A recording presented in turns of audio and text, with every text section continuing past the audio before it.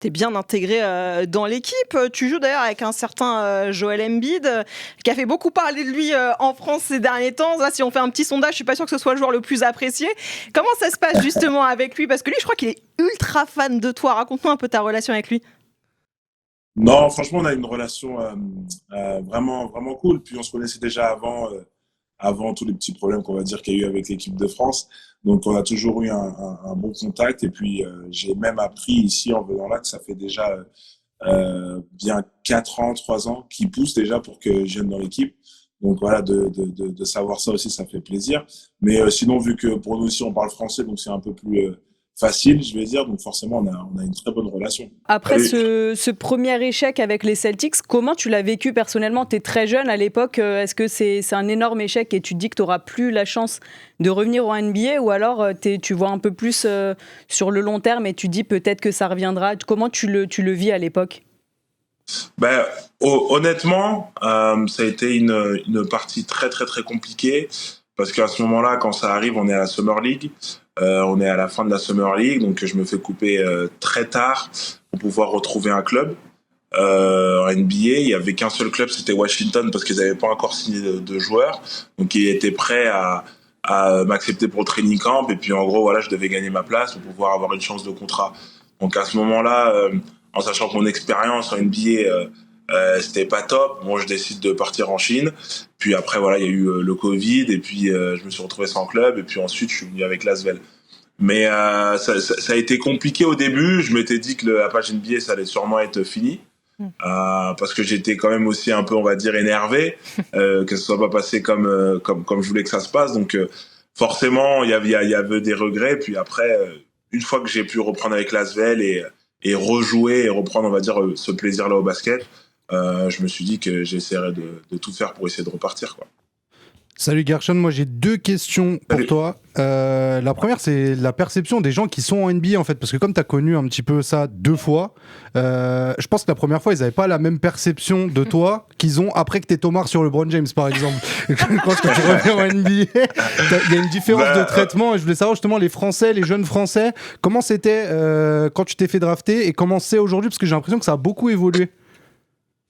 Ouais, eh ben, franchement, je pense que même moi encore aujourd'hui, je suis quand même agréablement surpris du respect que je reçois, que ce soit des joueurs ou des coachs. Même encore aujourd'hui, quand on va jouer contre des équipes, je peux avoir des coachs ou carrément des joueurs sur le terrain, déjà qui me félicitent pour les JO, qui me disent aussi bon retour en NBA, qui me félicitent un peu du parcours. Donc forcément, même ça, parce que des fois, en fait, je réalise pas tant. En fait, je suis tellement concentré dans le basket que j'ai du mal des fois à réaliser un peu tout ce qui se passe. Donc franchement, quand j'entends ça aussi, déjà, je suis très content. Mais c'est vrai que depuis que je suis arrivé, les joueurs et puis même les coachs me voient complètement différemment de quand j'étais à Boston. Ça, c'est clair. À Boston, t'avais moins de respect ou de considération. Enfin, comment ils te traitaient concrètement? Ils savaient pas trop qui t'étais, j'imagine. Ouais, bah c'est clairement ça. Parce que voilà, bah, avant Boston, j'arrivais de la Chine. Bon, voilà, la Chine, les gens ils regardaient la Chine pour me dire un peu que c'était une ligue où je suis parti me défouler, on va dire un peu. À poser Et des voilà, stats. j'ai pu un peu jouer et profiter avant de venir en NBA. Donc voilà, j'avais, on va dire, rien fait vraiment. Alors que là, je pense que les gens ils prennent aussi en compte le fait que j'étais avec Real Madrid, qui est quand même un des meilleurs clubs en Europe. Et puis voilà, il y a aussi les compétitions avec l'équipe de France, dont les premiers JO aussi au Japon. Et puis voilà, les autres compétitions qu'on a pu avoir. Plus encore les JO là, cette année, où vraiment on a fait la deuxième place avec pour moi une des meilleures compétitions, je pense, avec l'équipe de France. Donc forcément, tout ça, ça rentre en compte. Tu penses la formation française, parce que moi je trouve qu'elle est très hybride, elle est plus axée pour rentrer en NBA ou plus axée pour rentrer en Euroleague, sans dire les grands principes de la formation du basket en France? Euh, Moi, je dirais que notre jeu, il est plus compatible avec la NBA. Rien qu'en termes de physique, de rapidité de jeu aussi. Et puis voilà, quand on regarde vraiment le jeu français, moi, j'arrive vraiment à m'identifier avec la NBA. Je sais que tu vois, le jeu espagnol est différent, par exemple. Je sais qu'aussi que notre force physique en France fait que quand des fois justement en Euroleague on tombe contre des équipes espagnoles, on a plus de facilité, on va dire, à être dans le combat et à leur poser beaucoup de problèmes à eux que l'inverse. Gershon, moi j'ai une question. Toi, tu es parti en NBA, il y a Théo Malédon qui est venu en Europe, qui a fait le chemin inverse. C'est un peu le débat parce que je sais pas si tu regardes. Après être parti jeune en NBA. Voilà. Est-ce que tu regardes déjà, Ouais. est-ce que tu jettes un coup d'œil à l'Euroleague ou pas? Alors, tu n'es pas sans savoir qu'il a été désigné MVP en décembre. Il fait un MVP en décembre, il a fait un gros début de saison. Est-ce que tu penses que Théo Malédon, clairement, il est revenu pour, comme toi, avoir une deuxième chance en NBA plutôt que d'aller en G-League où parfois, comme on le disait, on a l'impression que les talents se perdent un petit peu dans le flot de joueurs? Déjà, il y en avait plusieurs dans son cas, en plus, qui sont revenus aussi des joueurs français. Je pense aussi notamment à Timothée Luau aussi, qui est aussi mon gars aussi. À Franck Ntilikina aussi. Et aussi à Franck aussi, avec qui on parlait, que je leur disais aussi de rentrer en Europe. Parce que, voilà, dans le cas de Théo, c'est la même chose. Je pense que en G-League, il aurait eu peut-être une bonne situation, mais moi, quand je vois un joueur comme lui, avec le talent qu'il a, je le voyais aussi l'été quand il venait dans l'équipe de France. Déjà, je comprenais pas pourquoi il avait pas forcément de chance en NBA. Mais quand je voyais ça, je me suis dit, un joueur comme lui, il faut rentrer en Europe. Il est juste trop bon et trop fort comme joueur pour vraiment rester qu'en G-League. C'est pas possible. Donc voilà, quand moi je voyais ça, je me suis dit, ah oui, lui, il faut qu'il rentre en Europe.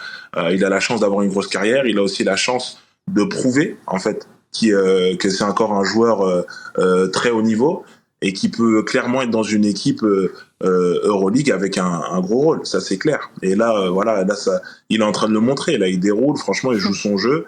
Et quand il joue comme ça, il est juste inarrêtable.